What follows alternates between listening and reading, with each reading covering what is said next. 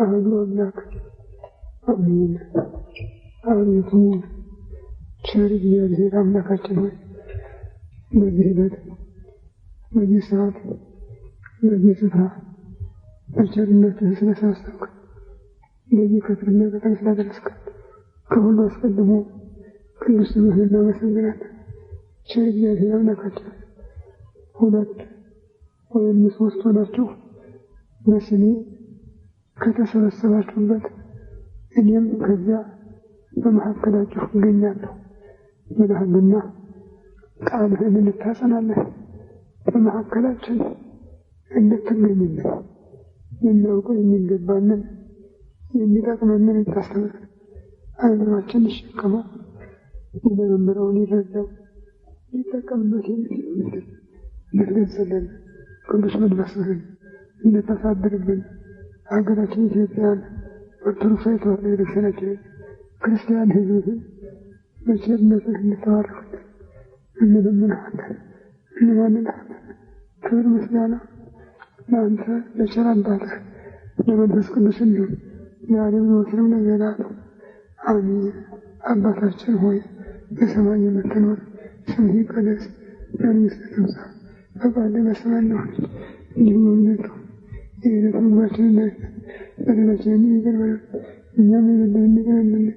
አቤቱ ወደ ፈተና አታግባን ከክፉ ሁሉ አድነን እንጂ መንግሥት ያንተ ናትና ኃይል ምስጋና ለዘላለሙ አሜን። እመቤታችን ቅድስት ድንግል ማርያም በመልአኩ ቅዱስ ገብርኤል ሰላምታ ሰላም እልሻለሁ፣ በሐሳብሽ ድንግል ነሽ፣ በሥጋሽም ድንግል ነሽ። የአሸናፊው የእግዚአብሔር እናት ሆይ ሰላምታ ላንቺ ይገባሻል። ከሴቶች ሁሉ ተለይተሽ አንቺ የተባረክሽ ነሽ፣ የማኅፀንሽ ፍሬ ኢየሱስ ክርስቶስ ምስጉን አምላክ ነው። ደስ ያለሽ ጸጋን የተሞላሽ እመቤቴ ሆይ እግዚአብሔር ከአንቺ ጋር ነውና ደስ ያለሽ። ከተወደደ ልጅሽ ከጌታችን ከመድኃኒታችን ከኢየሱስ ክርስቶስ ምሕረትን ለምኝልን ኃጢአታችንን ያስተሰርይልን ዘንድ አሜን። ኦ ኢየሱስ ክርስቶስ በከመ በሳህልከ ምሕረት ስረይ ኃጢአቴ ወኃጢአተ ኩሉ። ጌታ ኢየሱስ ክርስቶስ እንደ ይቅርታህ እንደ ቸርነትህ የእኔንም የሕዝብህንም ኃጢአት አስተስርይ። በማወቅ ባለማወቅ በማሰብ በመስራት በመናገር የተፈጸመውን ሁሉ ይቅር ይባርክልን። ሰኔ 30 ቀን 1999 ዓመተ ምህረት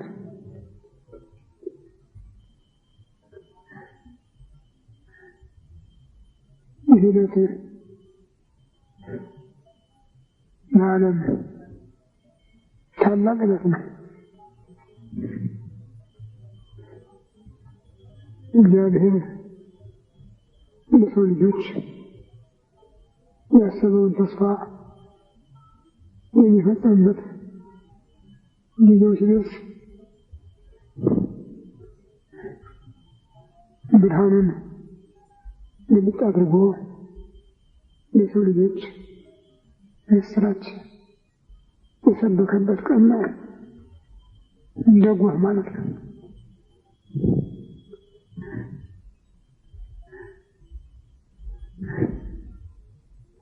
እግዚአብሔር በጥንተ ፍጥረት ወይኔ እግዚአብሔር ለይኩን ብርሃን ወኮነ ብርሃነ ወኮነ ምሴተ ወጸብሐ ወኮነ አሐደ ዕለተ። እግዚአብሔር አለ ብርሃን ይሁን፣ ብርሃን ሆነ። መሸ፣ ነጋ፣ አንድ ዕለት ይላል። ይሄ በ12 ሰዓት ተከፍሎ 12ቱ ሰዓት የሌሊት 12ቱ ሰዓት የማታ 12ቱ ሰዓት የጨለማ 12ቱ ሰዓት ደግሞ የብርሃን ነው። ጨለማና ብርሃን እየተፈራረቁ ሰውን የሚያገለግሉበት ስርዓት ነው። ይሄ እግዚአብሔር ይህን ቃል ከተናገረበት ጊዜ ጀምሮ እስከ ዛሬ ምንም ለውጥ የለውም።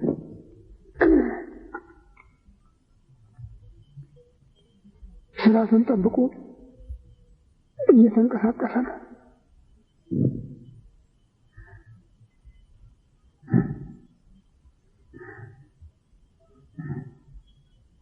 ስለ መላእክት ተፈጥሮ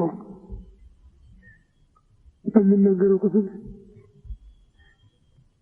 አዳም ከመፈጠሩ በፊት የተፈጠሩ መላእክት ስለነበሩ በዛ ጊዜ ውስጥ ደግሞ ሁሉም እኩል ሳይሆኑ በማዕረግ በሁሉም አይነት ከፍተኛ ዝቅተኛ የሆኑ ነበሩበትና ከሁሉ በላይ ቅርበ እግዚአብሔር አሐዜ መንጦላዕት አድርጎ ሳጥናኤል የተባለውን ነበረ የፈጠረው እና በጨለማ ውስጥ ሁሉም ተጨነቁ። እኛ ምንድን ነን? ከየት መጣን? ማን ፈጠረን? ወይስ እርሶሰን ተፈጣጠርን? የሚል ጭንቀት ነበረባቸው። በዛ ጊዜ ነው ወደ ላይ ሊያዳምጥ የሚሰማው ድምፅ ሊያንጋጠጥም የሚሰማው ገጽ ሲያጣ ጌትነትን አሳልፎ ሰጠ ብሎ በያላችሁበት ሁሉ እኔን የፈጠርኳችሁ አላቸው። እንዴ አንተማ እንዲህ እንዳትለን በምን ከኛ አትሻል አሉት። ግድ አላቸው። ከሆነ እንግዳ ሰርተህ አሳየን አሉት። ሞከረ፣ ሳይቻለው ቀረ። በተለየ ሰዓት እንቅ አርጋ ፈጀችው። ጮኸ። ምን ሆንክ አሉት። እሳት አቃጠለኝ አላቸው። አፈኩሉ ጉልበት ስንኮል ብለውታል። በዚህ ጊዜ 100 ነገድ መላእክት አንዱ የእሱ ነገድ ስለነበሩ ከ3 ተከፈሉ። ፈጥኖናል ግን አናመሰግነውም የሚሉ ይወጡ። ምናልባት የሆነ ይሁን ብለው የተጠራጠሩ ነበሩ። ጨርሶ እንደው ከአይምሮ ውጭ ነበሩ። ከዚህ በኋላ ጌታ አነ እግዚአብሔር እኔ እግዚአብሔር ነኝ የሚል ድምፅ አሰማ። ወዲያውም በይኩን ብርሃን ይሁን ብያለሁ አለ። ብርሃን ሆነ። በዘጠኙም የመላእክት ከተሞች በሦስቱ ዓለመ ሰማያት 99 ነገደ መላእክት በሰፈሩበት ብርሃኑ እንደ ኤሌክትሪክ እንደሚከፈት እንደኛ ደረሰ። ብርሃኑ ሲያዩ አካል ከህልውና ተገልጦላቸው ምስጢረ ሥላሴ እግዚአብሔር ገልጦላቸው ቅዱስ ቅዱስ ቅዱስ እግዚአብሔር ጸባኦት ፍጹም ምሉ ሰማያተ ወምድረ ቅዱሳተ ስብሐቲከ አሸናፊ ቅዱስ ቅዱስ ቅዱስ ተብለህ የምትመሰገን አሸናፊ እግዚአብሔር ሆይ የጌትነት ምስጋና በሰማይ በምድር ሙሉ ነው ብለው በአንድ ድምፅ አመሰገኑ። ዲያብሎስና የእሱ ተከታዮች እንዲያሉ ባደረ ጨለማ ጠቅልሎ እንጦሮጦስ አውርዷቸዋል ነው የሚለው። እንግዲህ ከዚህ ጀምሮ ወኮነ ሌሊት ወጸብሐ ወኮነ ምሴተ ወጸብሐ ወኮነ አሐደ ዕለተ መሸ ነጋ አንድ ቀን ሆነ የሚለው ይህ 24 ሰዓት የሰዓታት ቁጥር ከዚያ ጊዜ ጀምሮ ሳይዛባ ጸንቶ ይኖራል። እነዚህ 2 ነገሮች ጨለማና ብርሃን በሚገናኙበት ጊዜ የሚታይ አንድ ነገር አለ። የሌቱ እየሸሸ ብርሃኑ እየቀረበ ሲመጣ የሚታይ እሱም የጎህ ብርሃን ይባላል። የጎህ ብርሃን ነው። አንድ ጊዜ ዓለሙን በሩን ይከፍተዋል። ከዚያ በኋላ ፀሐይ ይከተለዋል። ይህን የመሰለ ጨለማ የዋጠው ዓለም የነበረበት ከአዳም እስከ ክርስቶስ መምጣት የነበረው በዚያ ዘመን ጊዜው ሲደርስ እግዚአብሔር ቅዱስ ዮሐንስ መጥምቅን በስራው መንገድ ጠራጊ ፊት አውራሪ አዋጅ ነጋሪ አድርጎ አዘጋጀው። በወንጌል ዜናውን ቅዱስ ሉቃስ ሲጀምር በንጉሱ በይሁዳው ንጉስ በሄሮድስ ዘመን አብያ ሊቀ ካህናት በነበረበት ወራት ዘካርያስ የሚባል አንድ ሰው ነበረ። ሚስቱም ከአሮን ልጆች ወገን የሆነች ነበረች። ሁለቱም ጻድቃን ነበሩ ይላቸዋል ወንጌል። ይህ በጣም የሚያስደንቅ ቋንቋ ነው። ሁለቱም ጻድቃን ነበሩ፣ ባልና ሚስት። አንዳቸው እንኳን ደካማ ሳይሆኑ ሁለቱም ጻድቃን ነበሩ። የእግዚአብሔር የሕጉ በትእዛዙ ጸንተው የሚኖሩ ነበሩ። ግን ልጅ አልነበራቸውም። በዚህ መካከል እሱም አረጀ፣ እሷም አረጀች። አንድ ቀን ግን በሰሞኑ ዕጣን ሊያጥን ወደ ቤተ እግዚአብሔር ሲገባ አንድ ነገር አጋጠመው። በቤተ መቅደስ ሁለት ነገሮች አሉ። አንዱ የዕጣን መሰዊያ የሚባለው ዕጣን ድርቅ የሚባለው የማይንቀሳቀስ ነው።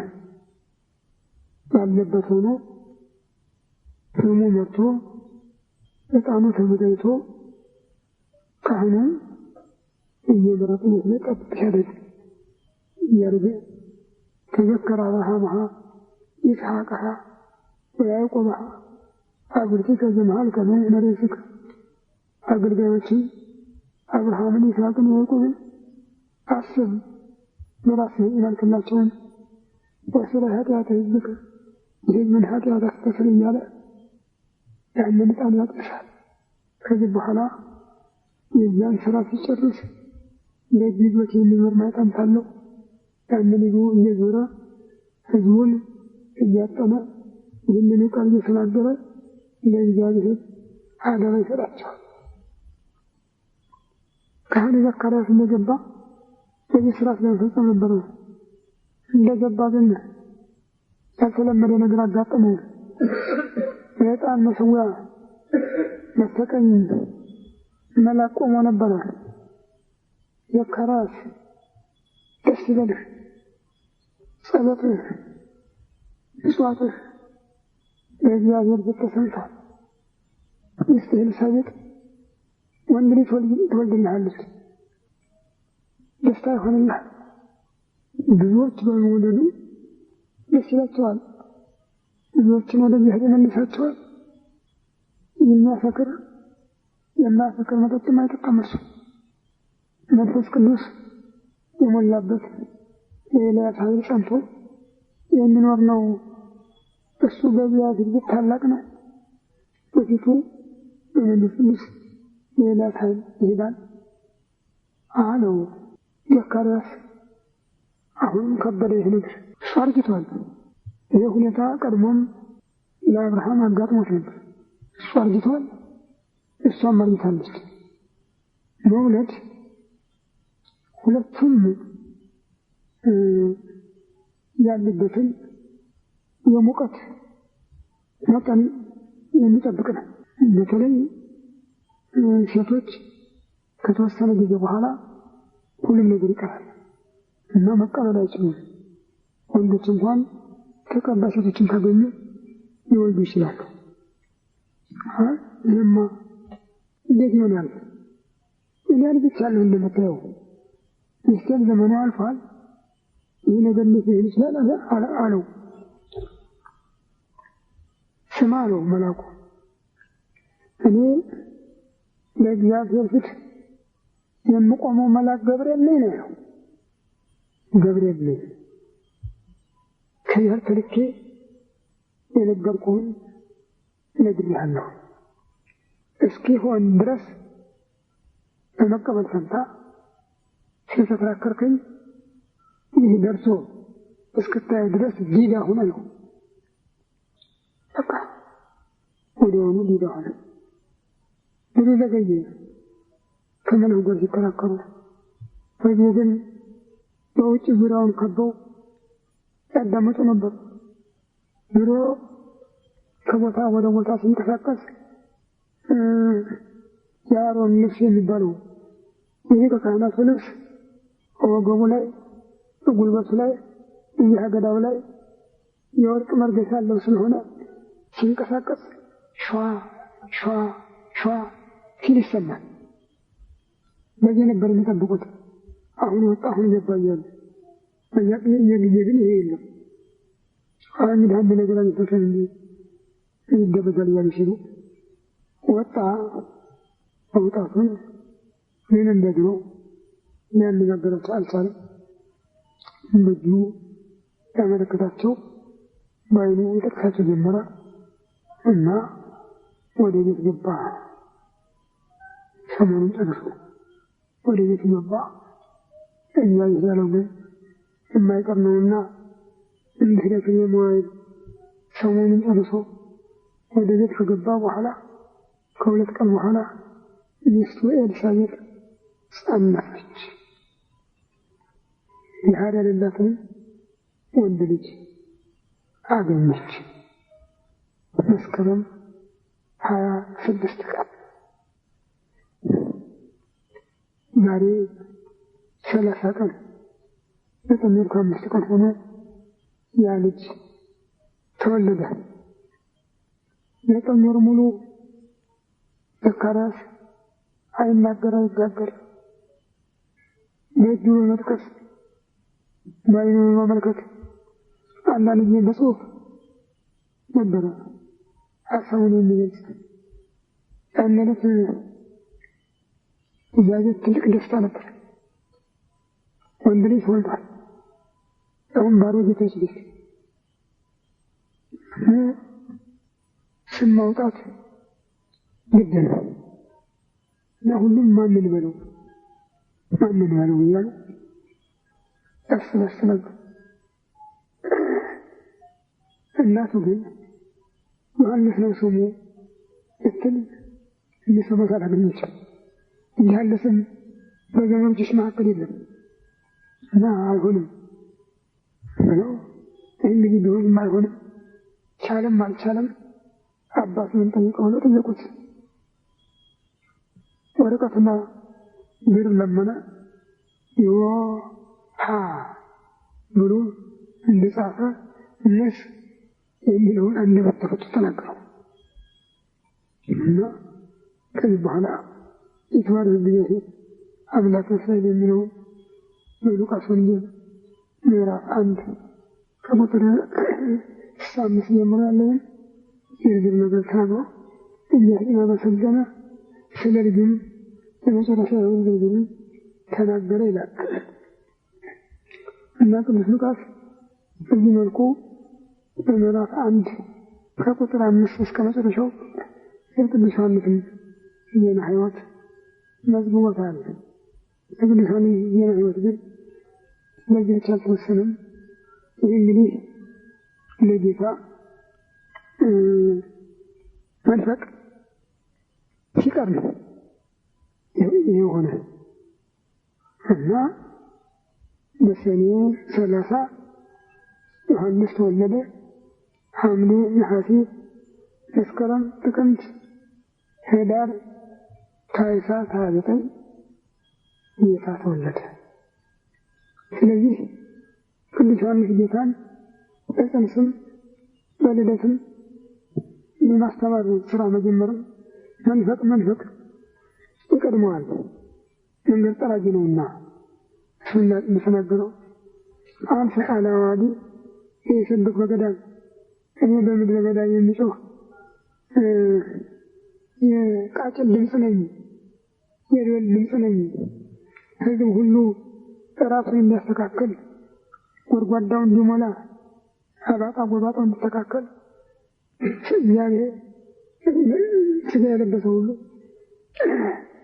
የእግዚአብሔርን ትድግና እንዲያይ ሲል ነቢዩ ኢሳይያስ የተናገረብኝ ነው ብሎ እንደገለጸው እንግዲህ በወንጌል መግቢያ ላይ የተነሳ ታላቅ ብርሃን ሰማዕተ ብርሃን ሚካኤል መጻሕፍት የብርሃን ሰማዕት ነው እና ማለት ሰዎች ያመሰግኑታል። ሙሉ ዘመኑን እህል ቀምሶ አያውቅም። የዚህን ዓለም ልብስ አልለበሰም። ከዓለም ጋር አልተገናኘም። እሱና ዓለም ሳይተዋወቁ ነው የተላለፈው። በመጨረሻ ግን የሄሮድስ ውሽማ ሄሮድያዳ በሰማዕትነት ስላስገደለችው መስከረም 2 ቀን ሰማዕትነት ተቀብሎ የድል አክሊሉን አግኝተዋል። ይህ ነው እንግዲህ የኢትዮጵያ የእምነት መሰረት፣ የአዲስ ኪዳን የእምነት መሰረት መጀመሪያ ከነቢዩ ከኢሳይያስ ትንቢት ጀምራ ከዚያ ወንጌልን መግቢያ እያከታተለች ያስተማረችን የኢትዮጵያ የእምነት የትምህርት መሰረት ይሄ ነው። በመንፈስ ያወረ ወሐይ ለኤልያስ አርዘ ያበዮ ለዮሐንስ በመንፈስ ቅዱስ እየተመራ ይሄዳል። ለኤልያስ ኃይል ጸንቶ ይኖራል።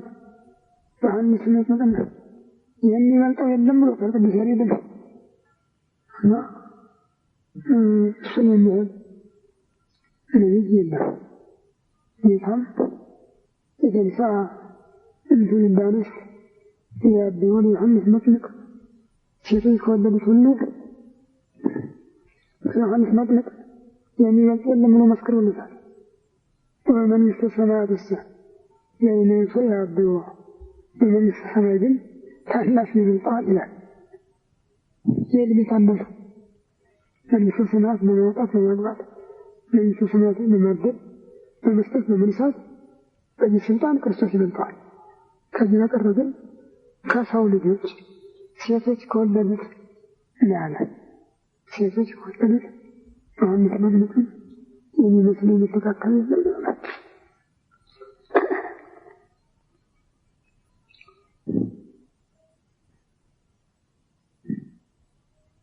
የኢትዮጵያ ውስጥ ለውስጥ የአመፅ ሰልፈኞች ማህበር በአሜሪካን ያለው ዮሐንስ መጥምቅ እንደዚህ ብሎታል። እመቤታችን ግን እንዲህ አላላትም ብለው ደፍረው ጽፈውባታል። ይሁን ጳጳሱ ለሰንዘኖች ጥሩነቱ በጊዜው መሰተንበታል። ፈጣሪን የማመሰግነው በዚህ ጊዜ አድርሶን በጦርነት ውስጥ አሰልፎኝ የሚቻለኝን ያህል ታግዬ በማለፌ ደስ ይለኛል። አልኮራበትም፣ አልመካበትም። በእውቀት ከሁሉ በላይ ነኝ አልልም። ግን ያለኝን ቤተክርስቲያኔ ያስረከበችኝን ለክርስቲያን ሕዝብ አስረክቤ መሄድ ደስ ይለኛል። አዎ በዚህ ክፍል ያስቀመጥኳቸው መጽሐፍት ሁሉ የኢትዮጵያ እምነት እሱ ጥቃት የተለመደና ከተኩላ ዝምድና የኑሮ መሰረት የሕፃናት የጽድቅ በር ወላዲተ አምላክ በኢትዮጵያ ምልጃ እርቅና ሰላም ታምርና መጽሐፍ ቅዱስ መልእክተ መንፈስ ቅዱስ አሁን ደግሞ የቅድስተ ቅዱሳን ወላዲተ አምላክ ዜና ሕይወት እግዚአብሔር ይመስገን፣ እግዚአብሔር ይመስገን። በእነዚህ ሁሉ ያገኘ ጥቅም የለም ጽሑፉ ከመበተኑ በስተቀር ሌላ ግን ነገር የለኝም። ቅርታ ደግሞ የለኝም። አሁንም አምላኬን አመሰግነዋለሁ እና የኢትዮጵያ ቤተክርስቲያን እንግዲህ እንዲያው ወደ ሌላ ወደ እንዳልገባ እንጂ በአዲስ ኪዳንም በብሉይ ኪዳንም ቁጥሯ የዕለት የሰዓት የወር የሳምንት የዓመት ቁጥሯ ከመጽሐፍ ቅዱስ የተመሰረተ እንጂ በልብ ወለድ የሚያብዱበት አይደለም። በልብ ወለድ የሚያብዱበት አይደለም እና ይሄ ዛሬ ቀን ይህ በጣም ታላቅ ቀን ነው። ልናስበው የሚገባን ነው። ቅዱስ ዮሐንስ ብዙዎችን ወደ እግዚአብሔር ይመልሳል ያለው መልአኩ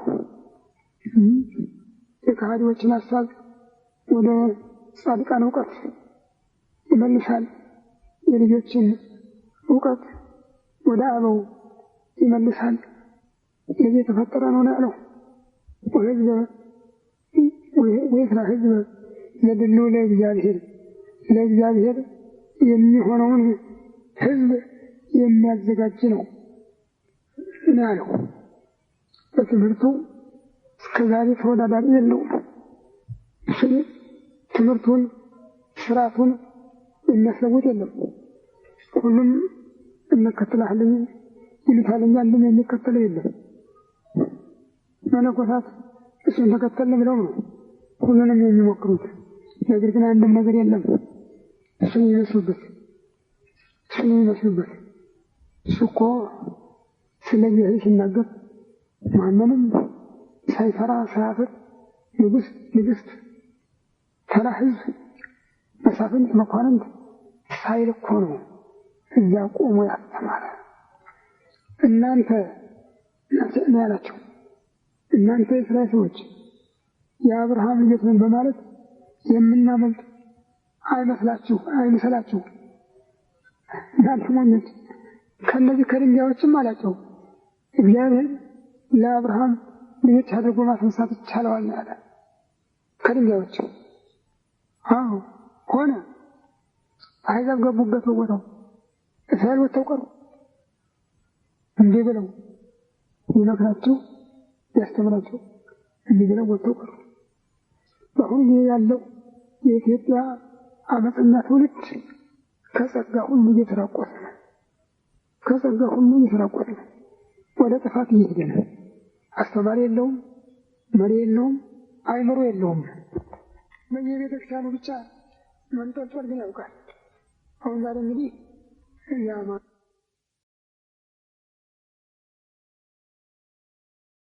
አገረ